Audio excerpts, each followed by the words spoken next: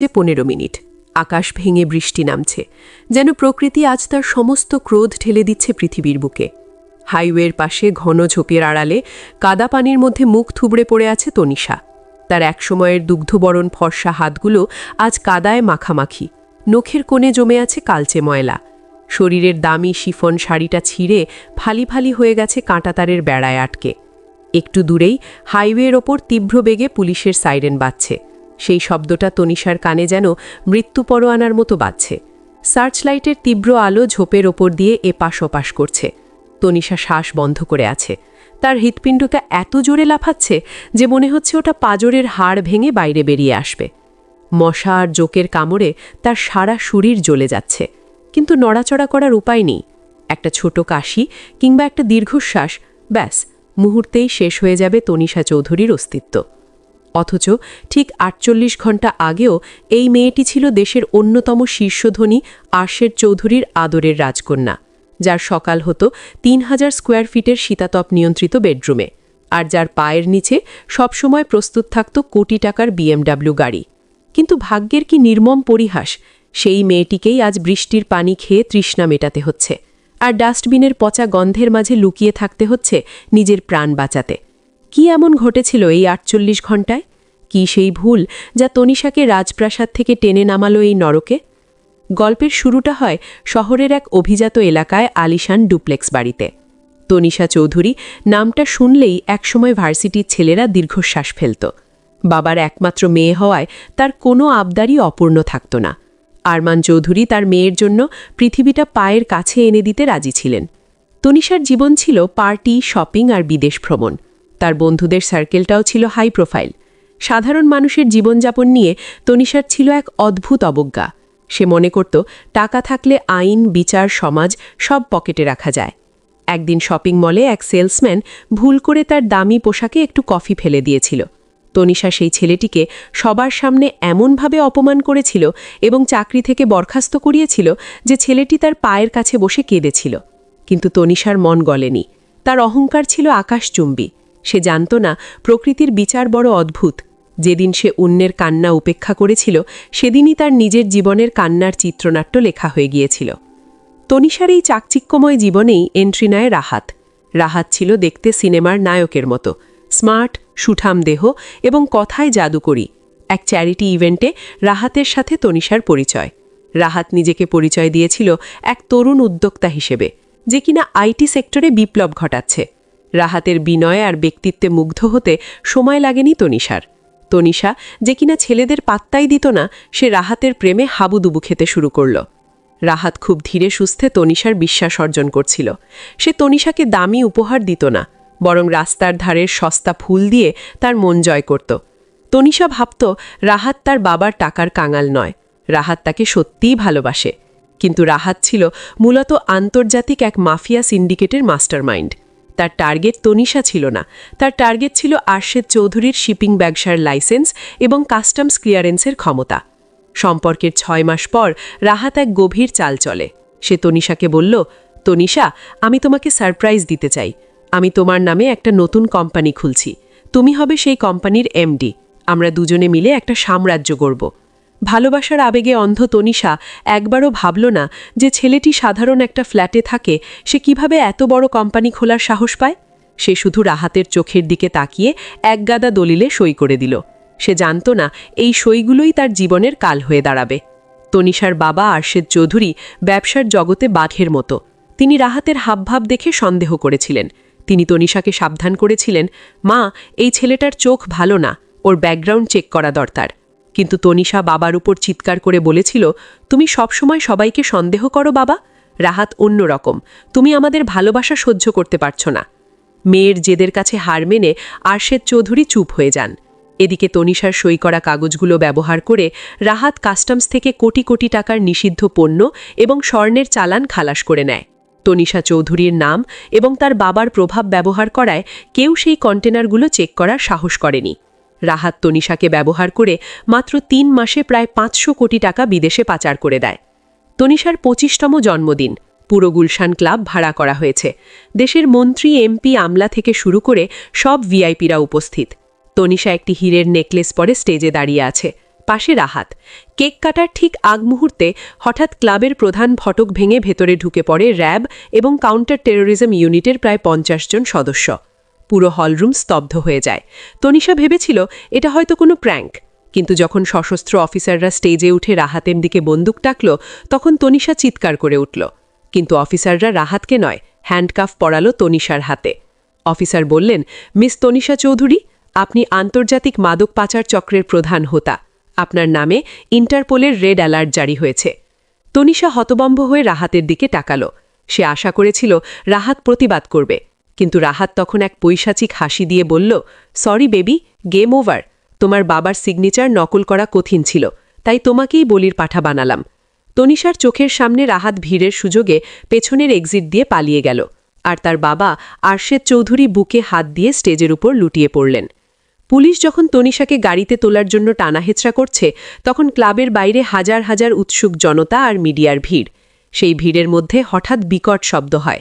রাহাতেরই কোনো লোক হয়তো বিভ্রান্তি সৃষ্টি করতে ককটেল ফাটিয়েছিল।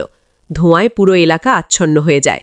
সেই সুযোগে তনিশার বাবার পুরনো বডিগার্ড, যে কিনা তনিশাকে ছোটবেলা থেকে কোলে পিঠে মানুষ করেছে, সে এক পুলিশ অফিসারের ধাক্কা দিয়ে তনিশাকে ভিড়ের মধ্যে ঠেলে দেয়। সে ফিসফিস করে বলে, পালান আপামনি, এরা আপনাকে মেরে ফেলবে, পালান।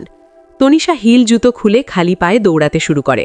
তার পেছনে পুলিশ, সামনে অন্ধকার গলি। সে দৌড়াতে দৌড়াতে একটা আবর্জনার ভ্যানের পেছনে লুকায়। ময়লার দুর্গন্ধে তার বমি আসছিল, কিন্তু সে নড়ল না। পুলিশ ভ্যানগুলো পাশ দিয়ে চলে গেল। তনিশা বুঝতে পারল তার জীবন আর আগের মতো নয়, সে এখন ফেরারি আসামি। প্রথম রাতটা তনিশা কাটালো কমলাপুর স্টেশনের এক পরিত্যক্ত ওয়াগনের ভেতর। তার গায়ে তখনও জন্মদিনের সেই দামি গাউন, যা এখন ছিঁড়ে নোংরা হয়ে গেছে। খিদেই পেট মোচন দিচ্ছে। সকালে সে এক ভিখারির কাছ থেকে ছেঁড়া বোরকা আর ওড়না চুরি করল নিজের পরিচয় লুকানোর জন্য। যে মেয়েটা বাথরুমেও এসি ছাড়া যেত না, সে আজ পাবলিক টয়লেটের ট্যাপের পানি খেয়ে দিন পার করছে। তনিশা জানত তাকে ঢাকার বাইরে যেতে হবে, কিন্তু সব বাস টার্মিনাল, স্টেশন আর লঞ্চ ঘাটে তার ছবি টাঙানো। টিভিতে ব্রেকিং নিউজ চলছে, অবৈধ পণ্য সম্রাজ্ঞী তনিশা পলাতক, ধরিয়ে দিতে পারলে 50 লাখ টাকা পুরস্কার। নিজের মাথার দাম শুনে তনিশা শিউরে উঠল। তার মনে হলো রাস্তার প্রতিটি মানুষ তাকে সন্দেহের চোখে দেখছে। একদিন দুপুরে সে কারওয়ান বাজারের এক ভাতের হোটেলে কাজ করার চেষ্টা করল, কিন্তু হোটেলের মালিক তার নরম হাত দেখে সন্দেহ করে বলল, তুই তো কাজের বেটি না, তোর মতলব কি? ভয়ে তনিশা সেখান থেকে পালায়। ঢাকা থেকে বের হওয়ার জন্য তনিশা এক ভয়ানক ঝুঁকি নিল। সে এক মালবাহী ট্রাকের ত্রিপলের নিচে আলুর বস্তার মাঝে লুকিয়ে পড়ল। ট্র্যাকটি বগুড়ার বিতে যাচ্ছিল। দীর্ঘ 10 ঘন্টার যাত্রায় তনিশা নড়তে পারছিল না। ধুলো আর আলুর গন্ধে তার দম বন্ধ হয়ে আসছিল। মাঝপথে হাইওয়ে পুলিশ ট্রাক থামায় চেকিংয়ের জন্য। পুলিশ যখন ত্রিপল সরাচ্ছিল, তনিশা তখন আলুর বস্তার একদম গভীরে নিজেকে পুঁতে ফেলেছিল। পুলিশের লাঠি তার পায়ে খোঁচা দেয়, কিন্তু তনিশা দাঁতে দাঁত চেপে টু শব্দটি করেনি। ট্রাক ড্রাইভার ঘুষ দিয়ে পার পেয়ে যায়। বগুড়ায় নেমে তনিশা বুঝতে পারে তার পায়ের ইনফেকশন হয়েছে, জ্বর এসেছে প্রবল, কিন্তু থামার উপায় নেই। বগুড়ায় তনিশার এক দূর সম্পর্কের খালাতো ভাই সজীব থাকত। তনিশা অনেক কষ্টে সজীবের বাসায় পৌঁছায়। সজীব তাকে দেখে প্রথমে চমকে যায়, তারপর খুব খাতির করে ভেতরে বসায়। তনিশা সজীবকে সব খুলে বলে এবং রাহাতের বিশ্বাসঘাতকতার কথা জানায়। সজীব তাকে আশ্বাস দেয়, আপু তুমি চিন্তা করো না, আমি তোমাকে বর্ডার পার করে দেব। তনিশা স্বস্তির নিঃশ্বাস ফেলে। সজীব তাকে খেতে দেয়, কিন্তু খাওয়ার পর তনিশার শরীরটা কেমন অবশ হয়ে আসতে থাকে। তার ঝাপসা চোখে সে দেখতে পায় সজীব ফোনে কাউকে বলছে, হ্যাঁ স্যার, ও আমার বাসায়, আপনারা তাড়াতাড়ি টিম পাঠান, পুরস্কারের টাকাটা যেন ক্যাশ পাই। তনিশা বুঝতে পারে সে আবার ঠকেছে। ঘুমের ঘোর কাটানোর জন্য সে নিজের হাতে চিমটি কাটে, জিভ কামড়ে ধরে। শরীরের সমস্ত শক্তি একত্র করে সে পেছনের জানলার গ্রিল বেয়ে নিচে নামার চেষ্টা করে। দোতলা থেকে নিচে পড়ার সময় সে আবর্জনার স্তূপে পড়ে। ফলে হাড় ভাঙেনি, কিন্তু মারাত্মক ব্যথা পায়। সজীবের চিৎকার আর পুলিশের গাড়ির শব্দ শুনে সে অন্ধকারে গ্রামের রাস্তা দিয়ে দৌড়াতে থাকে। গ্রামের লোকেরা তাকে চোর ভেবে তাড়া করে। তনিশা দৌড়াতে দৌড়াতে গ্রামের শেষ মাথায় এক পুরনো শ্মশানে গিয়ে আশ্রয় নেয়। চারিদিকে ঘুটঘুটে অন্ধকার, দূরে শেয়ালের ডাক। কবরের পাশে বসে তনিশা হাউমাউ করে কাঁদে। তার মনে পড়ে বাবার কথা। বাবা কি বেঁচে আছেন, নাকি মেয়ের এই কলঙ্ক সইতে না পেরে মারা গেছেন? সেই রাতে শ্মশানে বসে তনিষা এক নতুন প্রতিজ্ঞা করে, সে আর পালাবে না। এভাবে ইঁদুরের মতো পালিয়ে বেড়ালে সবাই তাকে অপরাধীই ভাববে। তাকে প্রমাণ করতে হবে সে নির্দোষ, তাকে রাহাতকে খুঁজে বের করতেই হবে। তনিষা তার কানের দামি হীরের দুলটা খুলে রাখে, এটাই তার শেষ সম্বল। তনিষা ছদ্মবেশে আবার ঢাকায় ফিরে আসে। এবার সে আর সেই ভীতু মেয়েটি নয়, সে এখন এক আহত বাঘিনী। সে তার পুরনো এক বিশ্বস্ত ড্রাইভার মতিন চাচার সাথে যোগাযোগ করে। মতিন চাচা প্রথমে ভয় পেলেও পরে তনিষার জেদ দেখে সাহায্য করতে রাজি হন। মতিন চাচার মাধ্যমে তনিষা জানতে পারে রাহাত এখন গুলশানের এক 5 স্টার হোটেলে বিজনেসম্যান হিসেবে মিটিং করছে। তনিষা প্ল্যান করে সে এক পরিচ্ছন্নতা কর্মীর ছদ্মবেশে সেই হোটেলে ঢোকে। তার হাতে বালতি আর মগ, মাথায় স্কার্ফ দিয়ে মুখ ঢাকা। হোটেলের লবিতে রাহাতকে দেখে তনিষার রক্ত টকবক করে ফুটে ওঠে। রাহাত হাসছে আর তার পাশে বসে আছে তনিষার বাবার এক ব্যবসায়িক প্রতিদ্বন্দ্বী। তনিষা বুঝতে পারে এটা শুধু রাহাতের কাজ নয়, এটা একটা বিশাল ষড়যন্ত্র। তনিষা বাথরুমে গিয়ে তার ফোনের ভয়েস রেকর্ডার অন করে এবং খুব সাবধানে রাহাতের মিটিং রুমের ভেন্টিলেশন শ্যাফটের কাছে গিয়ে লুকিয়ে পড়ে। ভেন্টিলেশনের সরু পাইপের ভেতর দিয়ে তনিষা শুনতে পায় তাদের কথোপকথন। রাহাত বলছে, আরশেদ চৌধুরী এখন কোমায়, মেয়েটা ফেরারি আসামি, কোম্পানিটা এখন আমাদের, আর ওই মেয়ে, ওকে পুলিশ এনকাউন্টারেই শেষ করে ফেলবে, আমি ব্যবস্থা করে রেখেছি। তনিষা সব রেকর্ড করে নেয়, কিন্তু ফেরার পথে ঘটে বিপত্তি। এক সিকিউরিটি গার্ড তাকে দেখে ফেলে। এই, তুই ওখানে কি করছিস? গার্ড চিৎকার করে ওঠে। তনিষা দৌড় দেয়। শুরু হয় হোটেলের করিডোরে এক শ্বাসরুদ্ধকর ধাওয়া। রাহাতও খবর পেয়ে যায় যে তনিষা হোটেলে আছে। সে তার লোকদের নির্দেশ দেয়, ওকে আমার চাই, যে কোনো মূল্যে। তনিষা কিচেনের ভেতর দিয়ে দৌড়াতে থাকে। প্লেট, গ্লাস ভাঙার শব্দ, শেফরা চিৎকার করছে। রাহাতের লোকেরা গুলি চালায়। একটা গুলি তনিষার কাঁধ ঘেঁষে চলে যায়। তনিষা সার্ভিস লিফটে উঠে বেসমেন্টে চলে যায়। সেখানে মতিন চাচা গাড়ি নিয়ে অপেক্ষা করছিলেন। তনিষা গাড়িতে ঝাঁপিয়ে পড়ে। তাদের গাড়ি লক্ষ্য করে গুলি করতে থাকে। গাড়ির পেছনের কাঁচ ভেঙে চুরমার হয়ে যায়। সিনেমার মতো অ্যাকশন দৃশ্য শেষে তারা কোনো মতে প্রাণ নিয়ে পালায়। তনিষা জানে পুলিশের কাছে গেলে রাহাত তাকে শেষ করে ফেলবে, তাই সে সিদ্ধান্ত নেয় লাইভ টিভিতে সব ফাঁস করে দেবে। সে আহত অবস্থায় সোজা চলে যায় এক পপুলার নিউজ চ্যানেলের অফিসের সামনে। সেখানে তখন লাইভ টক শো চলছে।